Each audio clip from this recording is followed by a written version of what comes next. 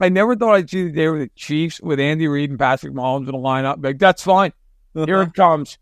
And their identity somehow now is like 1993 Marty Ball Chiefs. So like, we are just going to line up, run pass, run your ass over 35 times.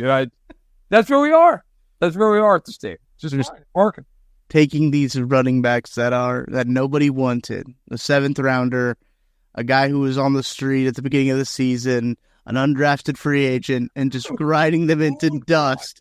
Who had it on their bingo card that Andy Reid was going to make? Running backs do matter, damn it.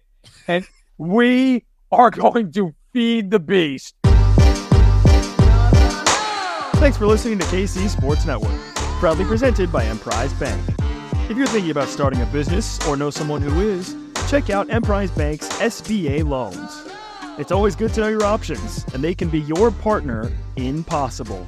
Hello and welcome into this week's edition of That Football Show here on KC Sports Network, presented by Ben Holiday, Bottled and Bond Bourbon and Holiday Distillery. I'm Tucker Franklin, joined as always by Matt Verderame. Matt, how you doing? Doing well. How are you?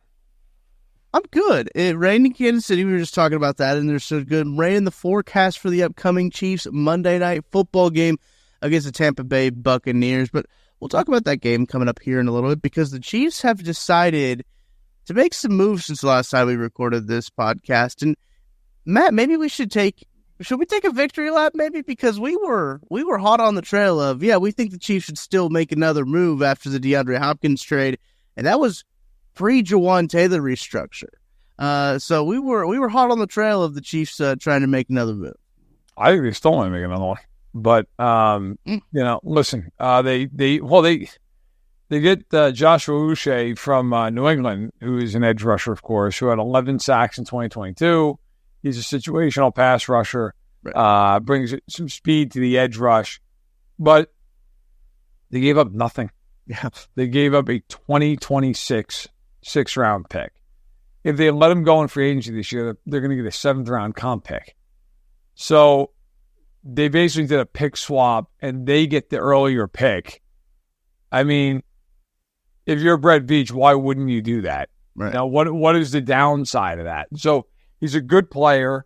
He'll give them a little bit of a rotation on the edge now. You'll have him and Omenu gets back. You'll have Dana. You'll have Karlaftis. You have Jones. You have FAU. And, of course, Jones kicking outside the 3rd down. So they've got options. But I think Uche, the one thing he brings that none of those other guys do to the same extent is speed. He is going to turn the corner, rip around the corner. That's his game.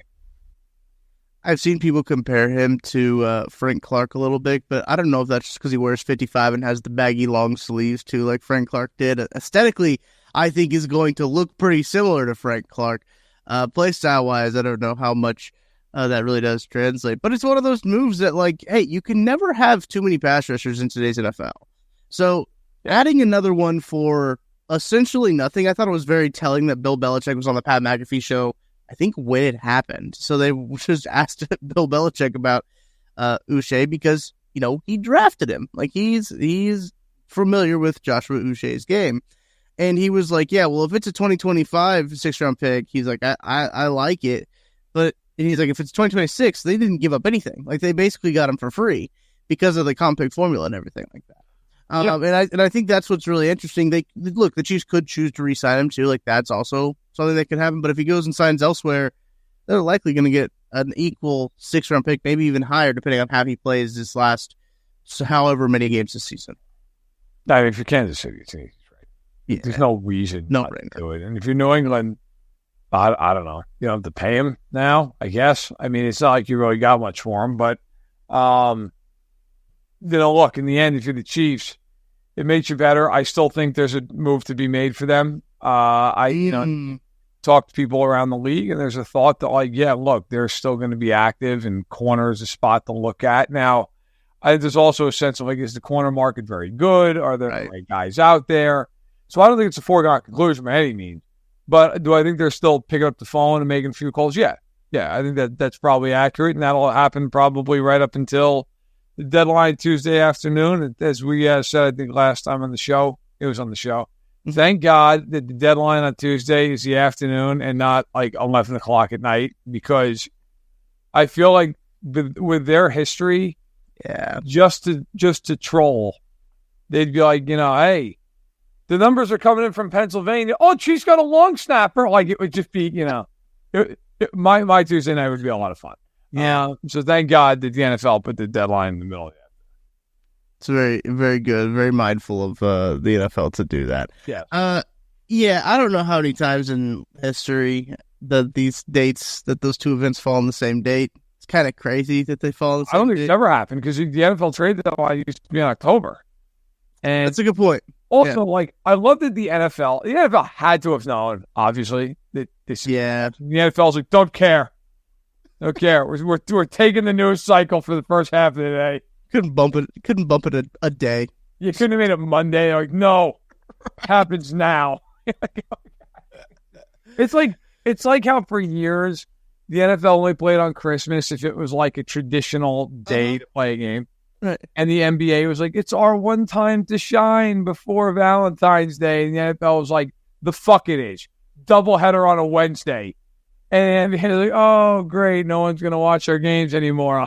Yeah. Is the NFL, I'm convinced the NFL does this stuff just to see like how much they can twist the night. Like, if the NFL could play on the opening Thursday of March Madness, they would do it.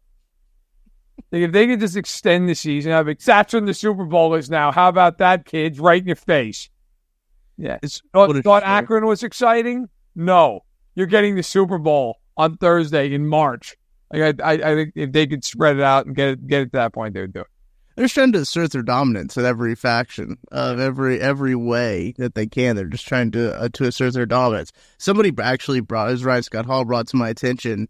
He's like, hey, I don't know if I'm looking too far ahead for this, but like, how are we going to do like shows on when the Chiefs play the 21st and the 25th? And I said, Ryan, that is a great question that I have not even begun to think about. So, yeah, have a schedule coming out here fairly shortly about the Christmas week, because it's like, it's 10 games, or it's like 3 games in 10 days, right? But then they play those two, that Saturday game and the Sunday game, like within 4 days of each other.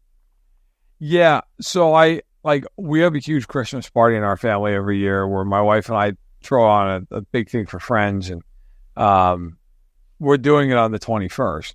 And of course, the Chiefs play at noon, and we'll have the party on 5, 6 o'clock at night. But I was like, they better win that game, or I am going to be a tire fire to deal with the entire evening. And then Christmas Day, look, I really hope the Chiefs just have everything wrapped up by then, because last year they completely ruined my Christmas.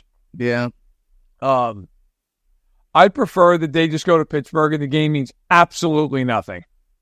And it's just like, well, whatever the hell happens, doesn't matter. Just don't get some horrible injury. I don't really care. Start. It's Carson Wentz moment. Here he comes riding in on the white horse. I feel like that would be not that this would be a bad thing, because it certainly would not be. I feel like the Chiefs, it would be the most Chiefs possible outcome that everything is wrapped up. So you're like, no pressure, but then they're like 15-0. Mm-hmm. And so you're like, all right, now, you have to be fully invested because, and again, look, that is the ultimate first world problem. Okay. Yeah. Yes. I'm just saying, I don't foresee a world where they're just like, there's no consequence to this game. It's going to be Russ throwing moonballs and everybody just screaming at the television on a Wednesday for 3 hours. In the NFL. Thanks, guys. Great. Yeah, appreciate that. Back to the trade market, trade block, trade deadline, all that stuff. Tre'Davious White was a name thrown out there that the Chiefs linked and interested in. And I've heard some conversations about how the Chiefs secondary can benefit from obviously having another pass rusher, because the best way to defend a wide receiver is by sacking the quarterback. That is proficient, yes. Really helps. So I don't know. I know that you said that they're still checking on the market. The market is incredibly thin. The only name that I think kind of makes sense for the Chiefs there is Tre'Davious White. Xavier Howard is still a free agent. At this point, he's probably still a free agent for a reason. There's a reason, yeah. Yeah. He's not good anymore. When you're in October and the guy is not signed with an NFL team, he's not good. correct. Sometimes I feel like I need to reiterate that to people on Twitter.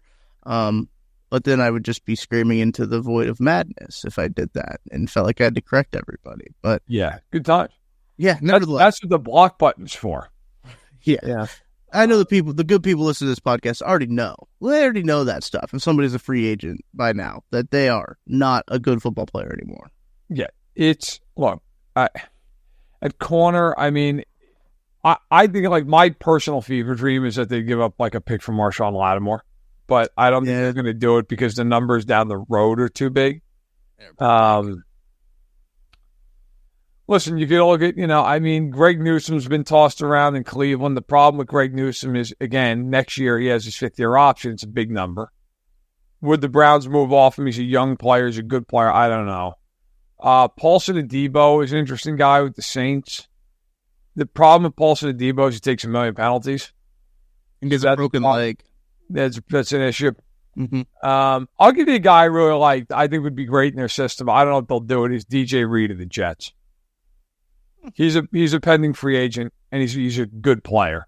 And if I'm the Chiefs, I would call them up. First of all, it's the Jets. Okay, you might be able to pull off the greatest deal of all time. Secondly, he's good, and he's a free agent at this year, and you're not going to have to give up a whole hell of a lot to get him. So, if I'm the Chiefs, I'm making that phone call, and then just for funsies, I'm calling up the Browns and being like, Myles Garrett, what's that going to cost? Let's just get him and Chris Jones on the same defensive line and see what happens. That'd be the best pass defense ever. Just getting after the quarterback. They wouldn't have to cover anybody. No, because the quarterback would get to his back step and just get annihilated. The chaos agent in me is like, what would it take for the Raiders to trade Max Crosby to the Chiefs? But I think the answer is there is no answer. Right. But yeah, Veach should do that just for fun, though. Right. Just call Tom Telesco up and be like, listen, a first rounder for Crosby. And then the Telesco last and hang up, call him back up, make first and third. And just see how long it takes for Telesco either disconnects his phone or is like, fine, a first and a second round pick. Great, done. Have a nice day. Yeah. Looking at Marshawn Lattimore's contract, his base, he carries a base of $16 million next year and $16.5 next year, but his cap it is $31 next year and $28 next year. He's at 1.2. It would not be that. It would be base salary only. But yes, it's still a large amount of money when you're looking at Bolden and you're looking at Trey Smith and eventually McDuffie. They would have, if they ever were to acquire a lot more, because the base, as you're looking at it right now, I think it's 1.2, right, this year? Yeah, this year. That's not pre-pro rate. So Right. So it's like $600K now.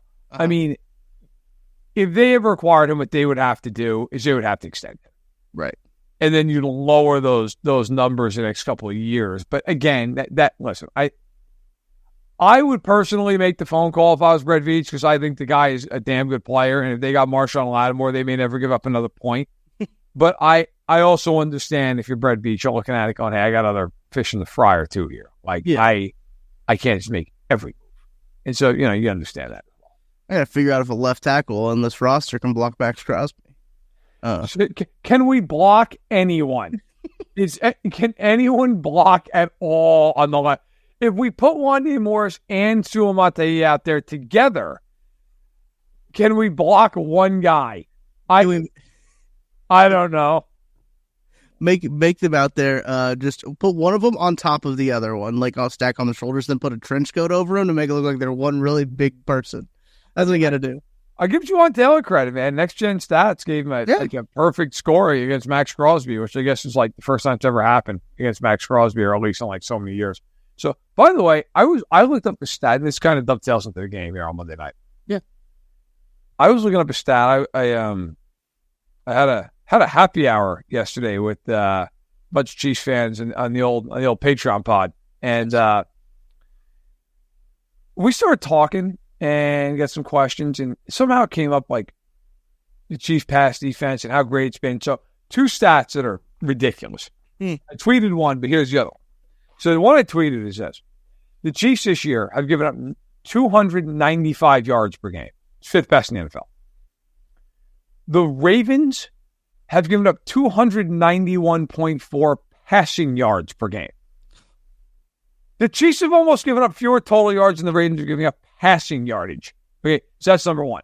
Number two, that kind of, I started thinking about it. I'm like, when is the last time the Chiefs have given up 300 passing yards in a game?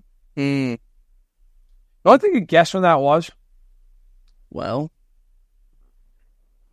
would it have been against the Tom Brady Buccaneers? No, it was Super Bowl 57. Okay. Other than that, Okay. Yeah. Other than that game, which by the way, Hurt threw for 302 that night. Other than that game, they have not given up a 300-yard passer in 41 games. Wow. Dude, it's unbelievable. Like, other than that Super Bowl, the last time in the regular season it's happened is when they beat the 49ers in the regular season years ago when Garoppolo, because they had a million garbage time yardage. Mm-hmm. They haven't given up a 300-yard passer since then in the regular season or the playoffs, other than, again, by 2 yards in Super Bowl 57. That's insane. That's impossible. Right. In today's day and age. Teams give up 300 yards passing now like every other week. And the Chiefs are just like, yeah, you know what? You're not going to throw the ball. Ever. And like, you think about who they played in that stretch. Yeah. Burrow, like a bunch of times. Herbert a bunch of times. Josh Allen a bunch of times. These, pretty much every NFC quarterback they've at least seen once, in a few cases twice. Mm-hmm. No, never. You will not throw for 300 yards in this game. I mean, it's just, you think by happenstance, like just, and you factor in too, they're always winning, like all their garbage time. You think somebody would just, yeah, I went over 300 because I threw for 150 yards down 30 in the fourth quarter. Like, right. Nope, not even that. Just can't do it. Can't get the 300 yards. It's insane.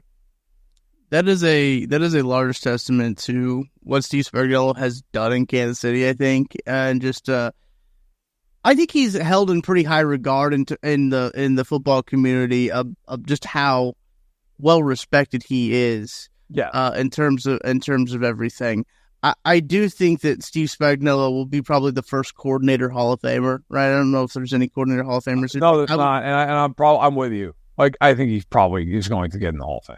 Because he has that dominant. What does he have? 4 or 5? Does he have 5? He's got 4, and he's the only coordinator ever to win rings with 2 different teams. He's won 4. I was actually talking to a former player of his, not with the Chiefs, with the Giants, and it was I can just say it doesn't matter. I guess I was talking to Chris Snee, who was a former All-Pro guard for the Giants when they won Super Bowl 42, and he was like, we were talking, I'm working on this big project for SI, and so we started talking about that game, and he was like, yeah, man, like, our defensive line that night was just, I'm paraphrasing his words, because they had their number. They were all over them. And a lot of that goes back to just Spagnuolo, where they were like, that's how we're going to win this game. We're going to hit the crap out of Brady all night long, and we're going to make him beat us. And they couldn't. And, that is probably the thing I appreciate most about Spagnuolo, is they just get into some of these games, and it's like it's kind of getting down to it. He's like, you know what? We're bringing 6. Mm-hmm. I don't care. Beat it. And they get a press man. You watch the NFL now. I don't know how many people here, you pretty much just watch the Chiefs, or maybe you watch the whole league. Obviously, for my job at SI, I have to do the latter. There's so many teams that play defense like they're going to piss their pants. Yeah. I mean, they just back up, and they're 12 yards off the line of scrimmage, and they play soft zone coverage, and God forbid they let anybody get deep. The Chiefs get up on the line of scrimmage and are like, we are going to have a fist fight in 3 different places, and we're going to bring 6, and there's nothing you're doing about it. And I got to tell you, I think part of the reason it's so effective is so few teams do it. Yeah. And also in today's game, so much of it is timing and rhythm, and you have none of it against them because they're so aggressive. You watch Baltimore. Baltimore plays the kind of defense I was just talking about. A lot of soft zone. They're going to back up. And the Chiefs, man, like, I still thoroughly enjoy. Every once in a while, I'll turn on that Chiefs-Dolphins wild card film and just watch L'Jarius Sneed in that game. Just viscerally go after Tyreek Hill for 60 minutes. The whole game, like, I don't care. I don't care if I get called for a penalty. It doesn't matter. I'm going to fight you like it's a boxing match. And, after a while, it has an effect, man. It does. Yeah. Like, guys are almost just mentally like, I can't get off the line of scrimmage. I cannot get free. Kudos to Spags for the way he calls his defense. Yeah, it's really incredible. I'm going to be excited to see how he handles Baker Mayfield in these Bucs. Look, this Bucs offense, I thought they were rolling against the Falcons. Went back and watched that game a little bit. Like, their offense was doing really well. It's the defense that was kind of shot Tampa Bay in the foot.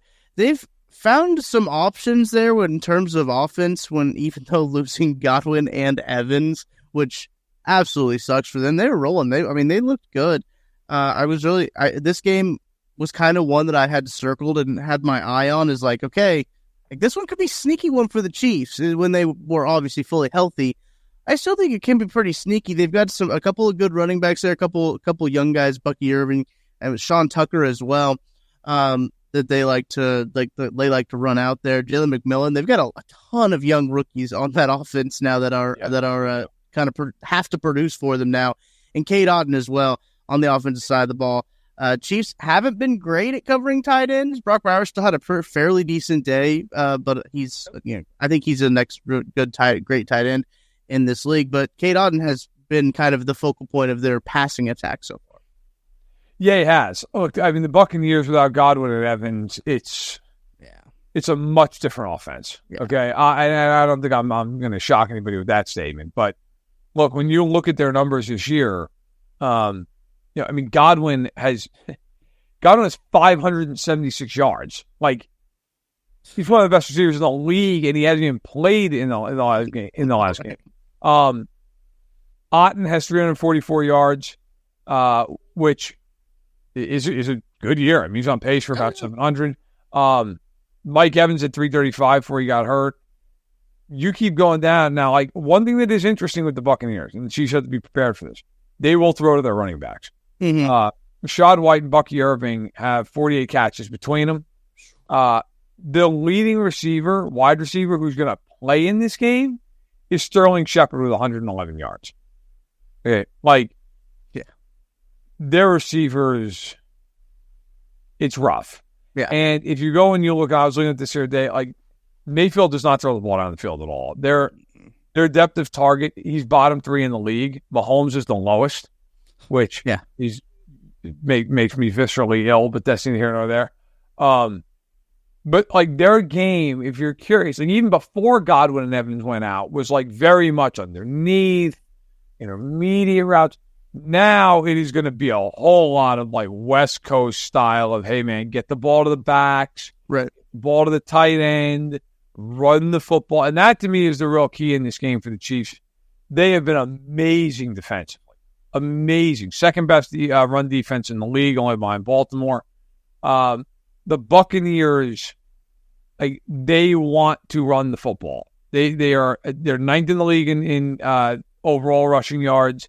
They are tied for fourth best in yards per carry at 5.1. They love to just pound on the ground. That's the way they play. If the Chiefs' defense can mitigate that, then I think the Buccaneers have a really hard time winning this football game. By the way, the Buccaneers have put the ball on the ground 10 times this year as well. One of the higher numbers in the league. The Chiefs next to last in a good way. Only 4 fumbles this season. So look, that is a real thing. Like, if you're the Chiefs, you got to handle the short passing game. You got to handle the run game, and hey, swipe at that ball because the Buccaneers put it on the ground. Yeah, it's going to be big. I think winning the turnover margin. We talked about Patrick Mahomes and his interceptions. I saw a chart. I think it was on Twitter yesterday. His Dirkness tweeted it out from Amateur Hour, talking about turnover-worthy plays and actual interceptions, kind of visualizing that data there. I did think it was interesting that Patrick Mahomes has had 9 interceptions on 7 turnover-worthy plays. I think the most recent interceptions have been more of just like the bad luck variety, right? Like Xavier Worthy falling down, balls getting tipped at the line of scrimmage and going just straight up in the air. Yeah. Like those are a bit of the bad luck variety. But you look at some of the other quarterbacks on there. I thought this was interesting, and we can maybe talk about this a little bit later. But Josh Allen has had 1 interception this year on 12 turnover-worthy plays. Yeah, he's almost got double the amount of turnover-worthy plays Mahomes does. And I know it's great. And those are things that'll leave it out, right? Like that's the stuff, like because that's luck, right? Like all of that's luck. You got to be good and lucky at the same time to win a Super Bowl. Look, the Bills are playing really well right now. You got to have some luck, as I mentioned, but we'll see. We'll see how that all ends up. But I'm not really.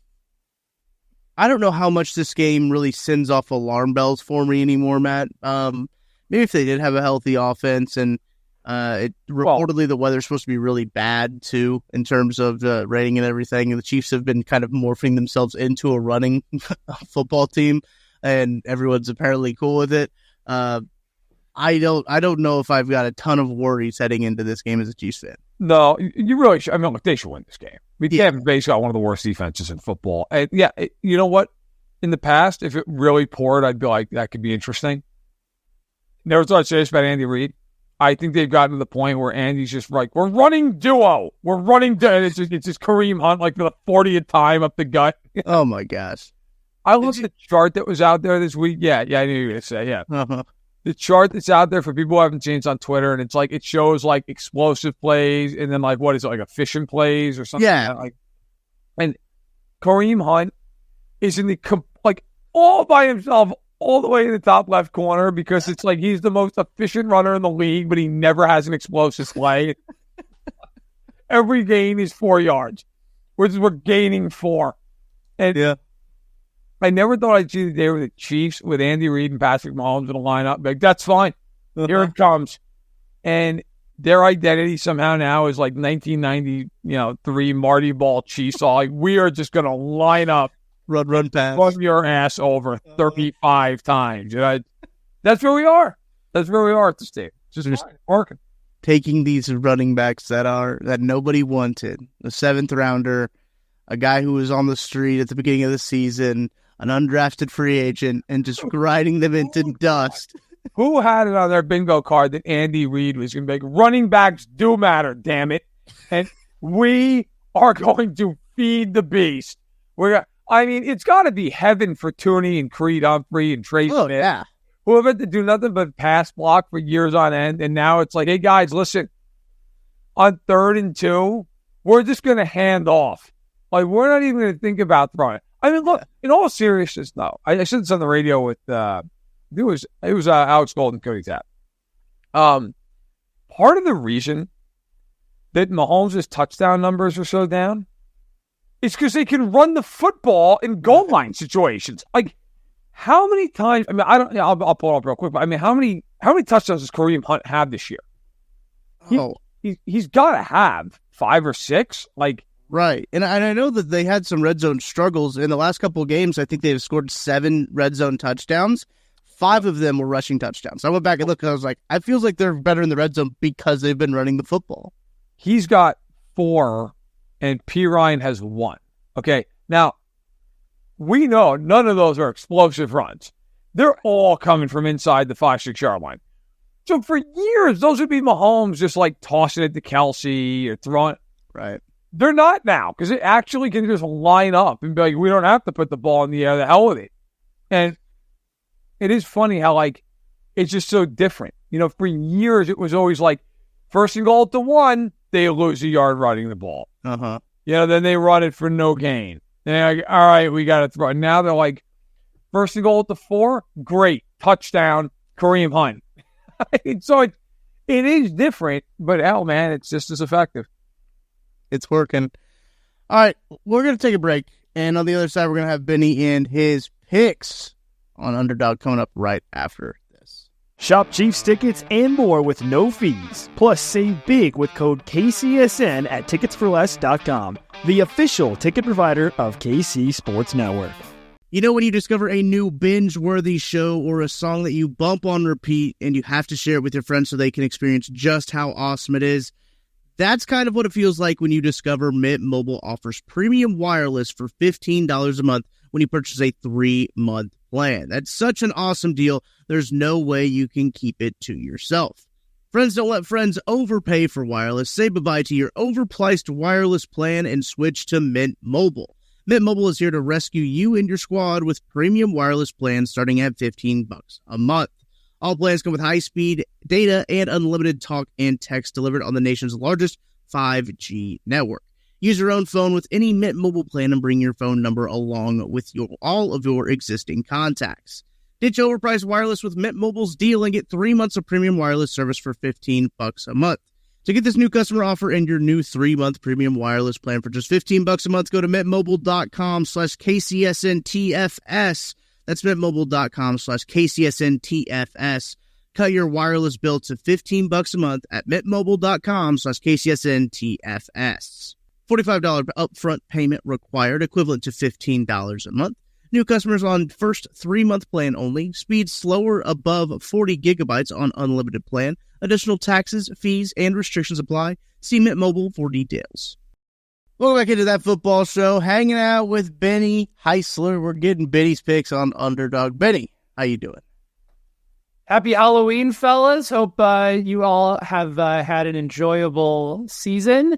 I'm still kind of in recovery mode a little bit from the disaster of last Sunday with that Hail Mary from Washington over Chicago. Can I, before we go into our underdog picks for the week, will you allow me the opportunity to just get off a real hot take really quickly on why I think there was actually a blessing in disguise with that play for Chicago? Floor is yours. Okay. I don't know if you guys saw the connection there, but I got it. Regardless. I'm kind of glad it happened.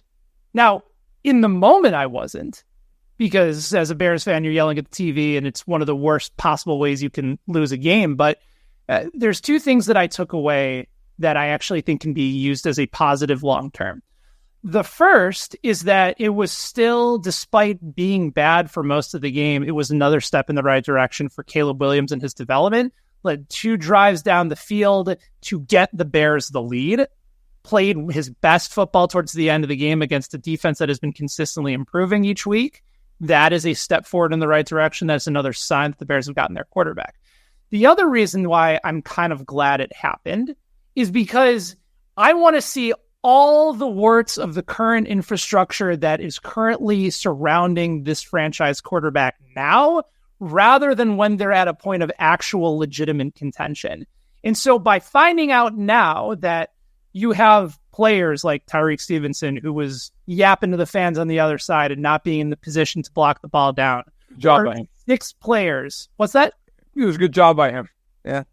Yeah, no, he knocked the ball. He just knocked it to the wrong guy. Yeah, no, I mean the first 10 seconds of that play where he's just jawing with like half of FedEx Field or whatever. His back was to the play. It's unbelievable. It was absolutely brutal. You've had 6 different players on the Bears basically all say publicly afterwards that Eberflus didn't know what he was doing on this call. They could have called a timeout. Everybody was out of sorts. It's just figure this shit out now and start getting the right people in place for when they're going to be good, when that actual championship window is there. And I'd rather see it now than a year or two from now when that top 5 defense is really cooking and the Bears and that offense and that development is finally where it's supposed to be. Just get it out of the way. Let's learn it now. Let's get the right people in place, because that was a clear indication that the current regime, and again, I'm talking about the coaches. I'm not talking about the front office, but the coaching staff currently set in place is not the team that should be there for when the Bears are contending. Thoughts, Matt? Yeah, that wasn't a good thing for the Bears on Sunday. With all due respect to you, Heisler. Tyreek Stevenson, that is, honest to God, I'm not even exaggerating. I would have cut him on the spot. That is the dumbest thing I've ever seen on a football field. And I saw a lot of the Chiefs football before Patrick Mahomes showed up. It's true. Saw some really dumb things. I also think, I don't think Eberflus is a bad coach. I don't. I think they just, It's terrible luck. It happened. That's a 1 in 100 play, And I mean, Williams did make the plays down the stretch he needed to make. He was largely atrocious for 3 quarters. It was bad. Look, I think they're still a rising team, but yeah, I don't know. I give you credit for having your outlook, sir. Yeah, look, I get it. You gotta spend in hell. I'd be sitting here if that was my team going, yeah, you know what? I feel good about the way that ended, actually, in retrospect. No, I don't. And I would have. Tyreek Stevenson, I can't even imagine. Like, if I was a player on that team, there might have been a fist fight in the locker room. Like, are you kidding me? Dancing around, celebrating, the whole that is just. And I get, look, to his credit, he owned up after the game. He's like, hey, man, but like. Took him a day. He did not speak to media on the game after the game. What's wrong with you? Like, it's just some of these guys. I get on the Chiefs all the time when they do things they shouldn't be doing. I can't imagine. You imagine the reaction to the Chiefs if some corner did that on the Chiefs? You know what that would be? Chris Jones would fight him in the end zone. Like, I can't even imagine the response. I don't know. To me, if I'm Eberflus, I would have been like, man, you're at minimum suspended. Like, at the bare minimum, like, you're suspended for the next 2 games. But, that's just me. Yeah, look, I respect a good spin zone, Benny. Like, it's an art. It really is. I think it's an art that might be lost in today's America, but I'm glad that you are keeping it alive with a good spin zone. Thank you. It's disguised as a glass half empty approach for the future, when really it's another attempt at cheap therapy. That's how it works. Another attempt at cheap therapy is Underdog Fantasy. You can get. That's not cheap. That's not cheap therapy. Yeah, that's fair. Well, it is if you use the promo code KCSN. Bingo, and you can get a free pick. Plus, you can also get up to $1,000 of bonus cash with using that promo code KCSN. Benny has carefully curated a pick card for us today as we head into week 9 of the NFL season now. Week 9. Absurd. What do you got cooked up All right, for us, Benny? so had to throw in a Halloween play for Thursday night. Yep. And it's not particularly sexy, but sometimes you have to kind of go ugly to go and get a win. And so I'm going to go with Tyler Conklin, the tight end for the New York Jets. Like him to go lower than 14.5 yards for his longest reception. Jets, of course, are at home against the Houston Texans on Thursday night. Strange game. If you're looking at it sort of from an outside perspective, the Jets are favored in this game, despite being one of the more atrocious teams that we've seen in the NFL. But Houston also missing some key guys on offense, going on a short week on the road. But it's just not a good matchup for Conklin in this game. Houston's been elite at stopping the tight ends this year. 3rd lowest in yards per reception, least amount of receiving yards per game, as well as the 4th fewest fantasy points per game. That according to my buddy Derek Brown over at Fantasy Pros. And also we've seen Conklin's target share drop significantly as Devontae Adams has gone into the mix. So he might get a couple targets in this game, but even so, Houston limits tight end receptions and tight end yardage. So 14.5, they're just not going to be looking for him deep down the field because Houston's going to take that away. Give me lower than 14.5 yards for Tyler Conklin in his longest reception this evening on Thursday Night Football. Yeah, I like it. I have no problem. I mean, Houston, you can throw the ball in Houston if you can block the edges. So I don't mind it. And look, the Jets, I mean, at this point, Conklin's been involved in the offense. You've got to spread the ball around a little bit. Stingley's a good enough corner to hold his own with Adams. So, yeah, I mean, I think there's a real world where Conklin has 4 catches, 5 catches, something like that. If he has that, unless he's catching every ball by the line of scrimmage, you're in pretty good shape. Well, look here at the next one. We're going to go to a game that Joe Burrow tabbed as a must-win. win. Cincinnati versus Las Vegas. What do you got for a play in this game, Benny? If we're being honest, Cincinnati should have probably had some of these must-win games literally weeks ago before some of these losses continued to pile up. Cincinnati may not be a good football team, you guys, but I do like one player for a higher play over on Underdog this week, and you can take advantage of the 20% red zone rush and get a 20% boost for this one as well. How about Chase Brown? Let's go higher than 0.5 rushing and receiving touchdowns against the Raiders. He has been the top dog in the backfield, really taking over for Zach Moss since week 6 of the season. He's been on the field for just under 3/4 of their plays that are rushing snaps. And he's getting into the end zone fairly often. And what I also like is that he's breaking a lot of tackles as well. And that's not been an area that the Raiders have been able to really hold down on. I guess they played okay against Kansas City, but overall, the Raiders, again, according to my guy Derek Brown, 4th highest missed tackle rate in the NFL, 7th highest yards after contact, and they are just not good at stopping teams in the red zone. And that's where Chase Brown has survived and really done a nice job for Cincinnati this year. So go ahead, take that boost, get that extra 20%, and know that the Bengals are going to have to score a lot of points in this must-win game for a team that's probably not going to make the playoffs anyway. I like their top dog in the backfield against a bad Raiders run defense. So let's have Chase Brown higher than 0.5 rushing and receiving touchdowns this week. You know what? I will say this for the Bengals. They're not good, but their offense, for the most part, has been. They can't stop anyone. So, look, this is probably also a game where I know things happen. The Browns beat the Ravens. I would expect that Chase Brown's going to be getting a decent amount of action this game. So, I don't have any issue with that. The Raiders, you would imagine, are going to be trailing for a good portion of this thing. Any bet you're kind of banking on the Bengals running backs, it's probably not the worst bet considering the situational football that I think we'd all believe is coming here on Sunday afternoon in Cincinnati. Yeah, I just think it's funny Joe broke on this a must-win game. I just want to dwell on that again for a second. Let's hit your last pick here. You're going to an NFC divisional clash here for this one. Yeah, it's a game that I like Green Bay for a multitude of reasons at home against Detroit. The line has not been posted as of our conversation today, but I imagine it will once Jordan Love is confirmed to be playing a quarterback currently dealing with a bit of an injury, but I do expect him to go. Really love Jaden Reed to go higher than his projected receiving yards amount this week.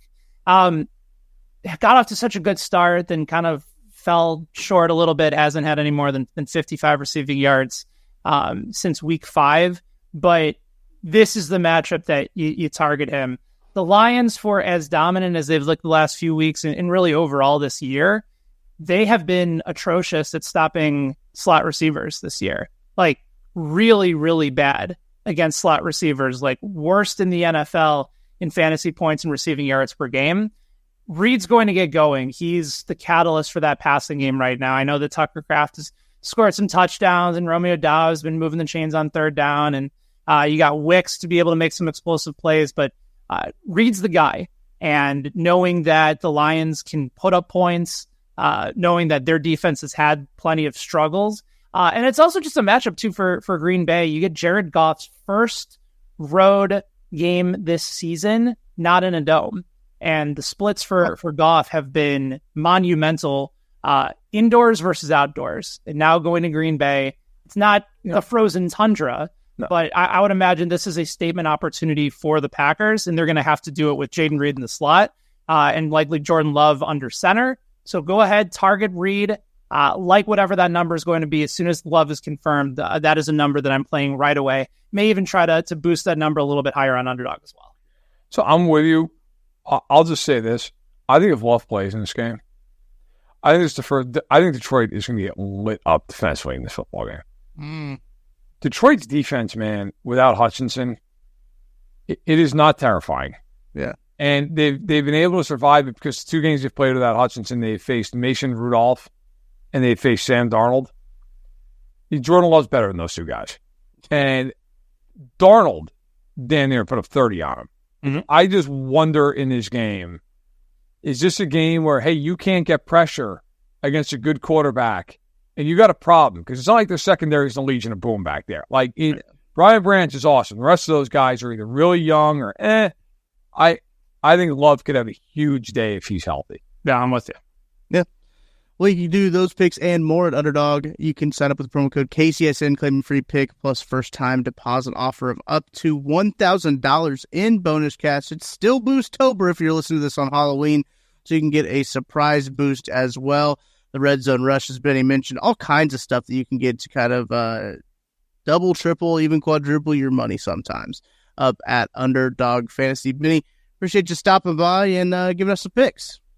All right, fellas. Always appreciate you. All right, Matt, let's wrap this show up here. There's a topic that I'm interested in your kind of point of view on this too, because it's a story that I find wildly interesting. The Indianapolis Colts benching Anthony Richardson.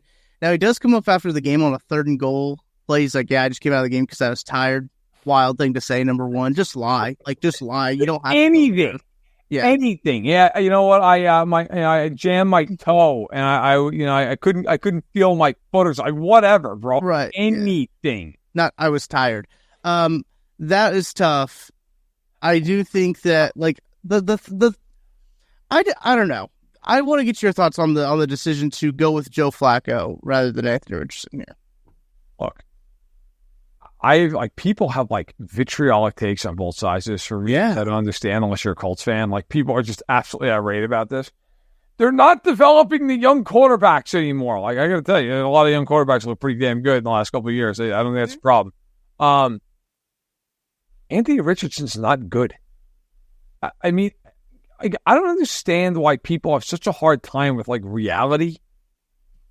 He's not good. Maybe he'll get good. Maybe he'll become good. He's not good. And he's not just not good, he's awful. Almost impossibly awful. He is completing 44% of his throws. That's bad. Mahomes can do that left-handed. 44% of your throws, more touchdowns than picks. Listen, they're 4-4. They're trying to win football games. And I got to tell you, for all the people out there who go, well, it doesn't matter. It's all about development. Yeah, go tell that to the guys in that locker room who are hurt and beat up and sore. Yeah, go tell them that, hey, guys, listen, it doesn't really matter if we win or lose because, AR, he needs some practice. Yeah, you know what that means? Shane Steichen's getting fired. That's what that means. You can't lose your room. And you're going to lose your room if you're sitting there when everybody in the room knows you got a better quarterback on the bench. Everybody. So to me, I'll be honest with you. I'm surprised it took this long. I was watching that Houston game. And I was on the phone with my dad. I said, they got to go to Flacco at halftime. I mean, this is so bad. At one point, he was 2 of 15. This is ridiculous how bad this is. He's got a brutal interception. I was shocked they didn't go to him at halftime. So I have no problem at all with them bench. Now, listen, he's going to get plenty of reps in practice. They can still work with him, then I think they will. I don't think they're giving up on him long term, but do people have eyes if they watched Anthony Richardson this year? And I've written 2 times like a dope from Colts camp over the last 2 summers. Hey, I think this kid's going to break out. It's going to be great. I wear egg on my face with it. But the reality is, watch the game. He's been awful this year. And I don't blame the Colts one bit for sitting him down. It's one of those things, too, where I almost am more mad at the Colts process here than I am at the actual benching of Anthony Richardson. They drafted Anthony Richardson, and Anthony Richardson coming out, you kind of knew that he was going to need some development to him.